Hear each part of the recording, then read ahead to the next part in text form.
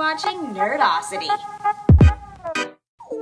What's up, Nerdosity? This is your host, Tiger Eye Cosplay, coming at you. And today we're doing a top list of Nerdosity. So this top list is going to be the top 10 video game villains, because there's a lot of them. And you know me, you know your girl, she like to play video games, alright? Like, she likes to throw it down. So when I'm saying here are some top 10 video game villains, I'm telling you these are some top 10 video game villains. So let's get right into it with number 10, which is Ull from Far Cry Primal. So Ull from Far Cry Primal was just a pretty awesome video game villain. There were 3 factions to Far Cry Primal which you had to take care of, and I believe that Ull was the hardest one for me to beat. And the fact that he was a cannibalist, and all his people did cannibalism too, and then he was just really hard to beat, made him a really great villain that you were able to overcome. He did a lot of scaring and trying to psych you out through this whole entire thing, and it was like a huge culmination to come in and to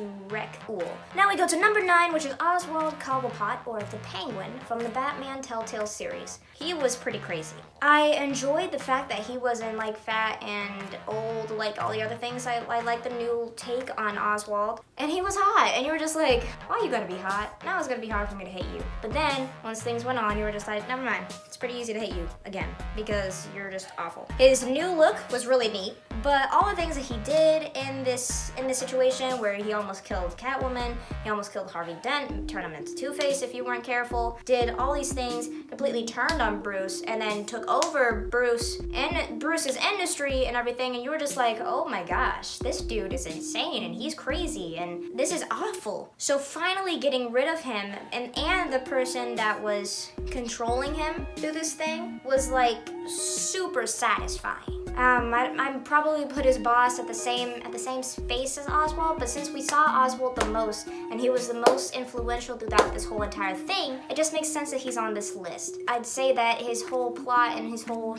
character arc through this game was just crazy, and that's why he's number 9 on this list. Now we go to number 8, which is Josh, or Wendigo Josh, from Until Dawn. Now Josh, he was a great villain. He had 2 parts of his villainy, and both completely floored me. The first time when he was the serial killer villain in the first part, you saw him get ripped in half in the game, and you had no idea that he was going to be the big bad until we got to the big bad part, and it was you were literally no, you're insane, no. And it was just oh my gosh, this dude, I cannot believe him. And then he went insane, and you could see that because of the death of his sisters. The plot and the character arc was just insane. And then when we left him for dead, which I'm just no, why would you do that with Josh? He got turned into a Wendigo by his sister, and then he terrorized the place. I mean, for a villain to have such a huge arc throughout this whole thing, because usually they're just bad throughout the whole thing, but you could actually empathize with him, because these people pretty much got his 2 sisters killed, and then he went kind of insane because of the doctor not doing his part, the therapist not actually, doing a good job at giving therapy. He just couldn't handle it anymore and went kind of insane, and then we left him for dead, and the dude turned into a monster, and it was just awful. So now we go to number 7, which is Bloody Mary from The Wolf Among Us. Bloody Mary, she was an evil and scary villain. Bloody Mary is that thing where you look into a mirror and say Bloody Mary 3 times, and then Bloody Mary comes out, and then she kills you or does something. I can't remember the lore behind it, but I never did it when I was a kid, because it's just I don't want to screw with demons.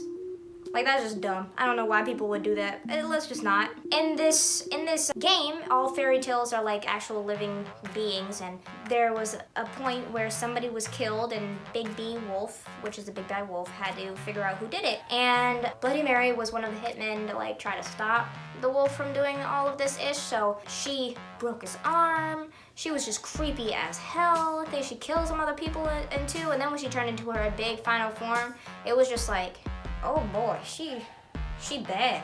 Oh boy, it gave me a little bit of nightmares. I was just bruh, you creepy, and you ain't okay.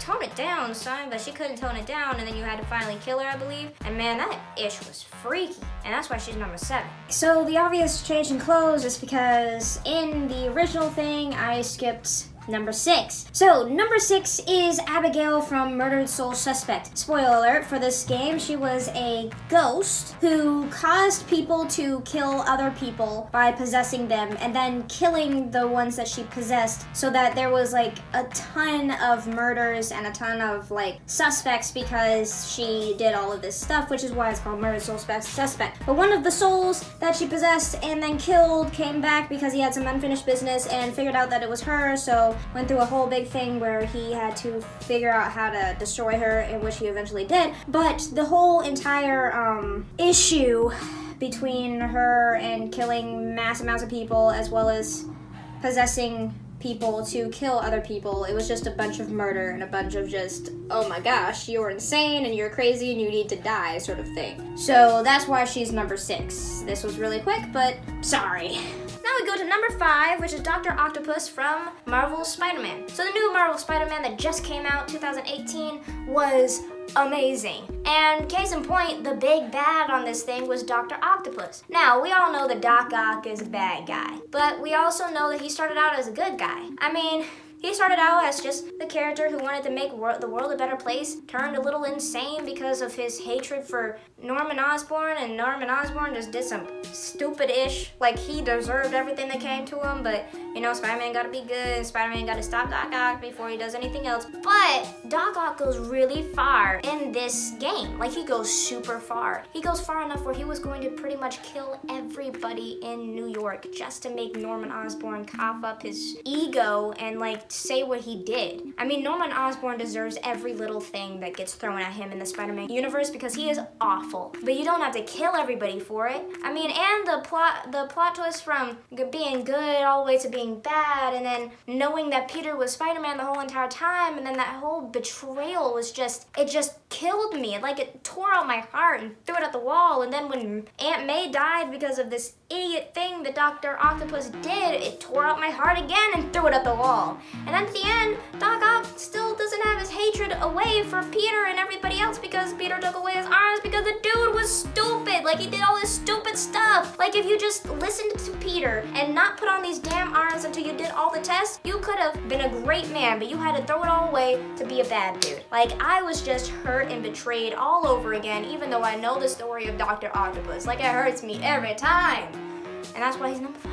So now we go to number 4, which is Flowey from Undertale. Now Flowey, oh boy, that was a whole plot twist and a half. Like, he's a really great villain. For one, he's super creepy as hell. For two, he can like screw with the whole entire like system, so you like have to battle him again and again, and he's just all powerful and stuff like that. Then the plot twist of him turning into the dude that was the whole reason why everybody hates everybody, like, it was just insane because all he was a little kid that was just trying to like, you know, be a little kid again, but he was so upset at the humans for killing him and stuff, like he just turned evil. Like, it was insane, and like the plot behind it was really, really good, really well done, and he was a really well done villain because he was more than just 2D. He had so many parts to him, and like so many versions of drawing those parts out of him. So like whatever version you did, like, showed you more and more of this 3-dimensional character. Like, it was just amazing, and the culmination of all of it, actually like turning from the bad back to the good, but then knowing that you will just turn right back to being evil again, like that.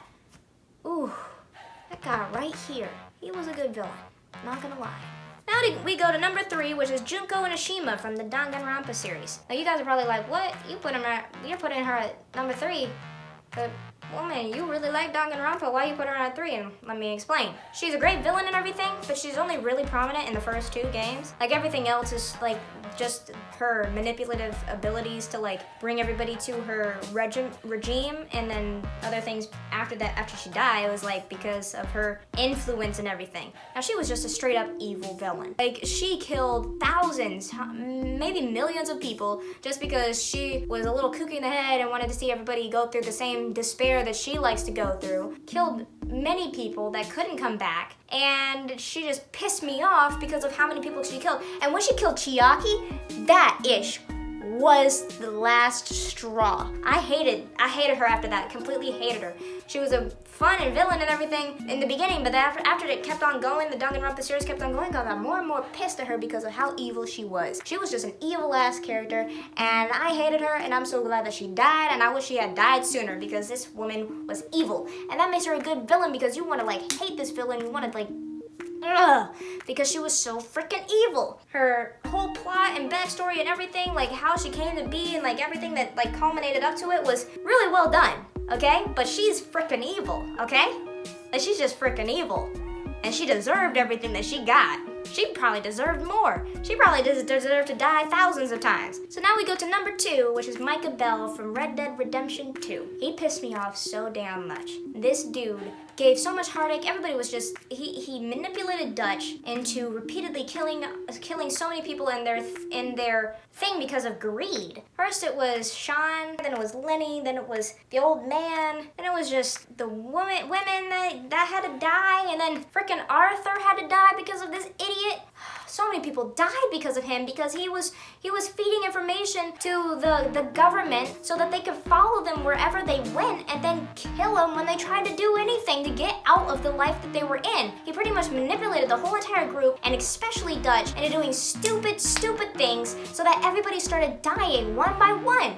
And then he didn't even get to be killed at the end. Dutch believed him. Instead, Arthur gets to die and Bell gets nothing done to him. Like, it's just like, are you serious? Then years go by where you're playing as John Marston, you're playing as him. You finally find Bell, and they're still working together, Bell and Dutch. The only reason that Bell gets shot is because Dutch is like, I don't really know what to do anymore. You're waffling, dude. Are you serious? You don't know that this dude is completely evil?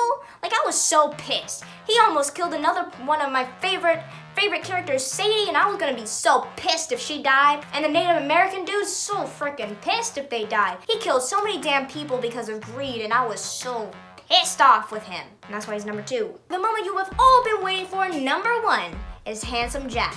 Now, if there has ever been a more multi-dimensional video game villain in the video game world, it was Handsome Jack. He started off as a good guy, had some crap thrown at him, then he went a little insane, and then pretty much like killed thousands and millions of people because he was trying to make a better world. Hitler? Maybe? Maybe just a little bit? Maybe. I don't know.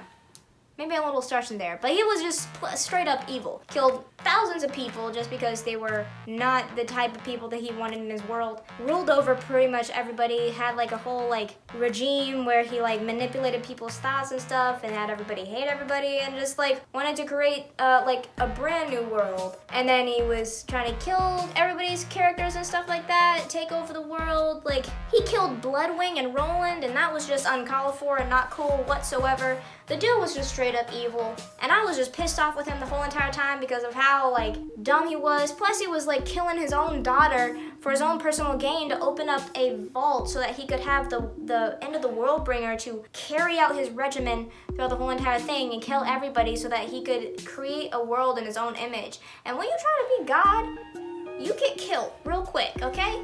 Like, it's just, you just don't ever try to be God. Because you can't. There's only one God, okay? You just can't be God, so just leave it be. But the dude was just straight up evil, and I hate him, and I'm gonna be forever pissed with him. I was waffling between having Michael Bell and Handsome Jack as either 1 or 2, but Borderlands was my first love, so I'm gonna put Handsome Jack right up there because he was straight up evil, man. Like, oof. So much heartache because of this dude. So much heartache because of this dude. So thank you guys so much for watching. That was a top 10 video game villains. I hope you guys enjoyed it. If you agree with my selection or think that something else should have been on there, why don't you comment below? Tell me what you think. And if you like this video, give it a big thumbs up because I like doing these things for you guys. But if you guys don't like it, then why should I keep doing it? So please, if you like it, give it a thumbs up. And make sure you subscribe because I make videos every Wednesday and Friday. Hit that notification bell because you will want to be notified when things like this happen. So thank you guys so much for watching. You've been watching Nerdosity, and I will see you next time.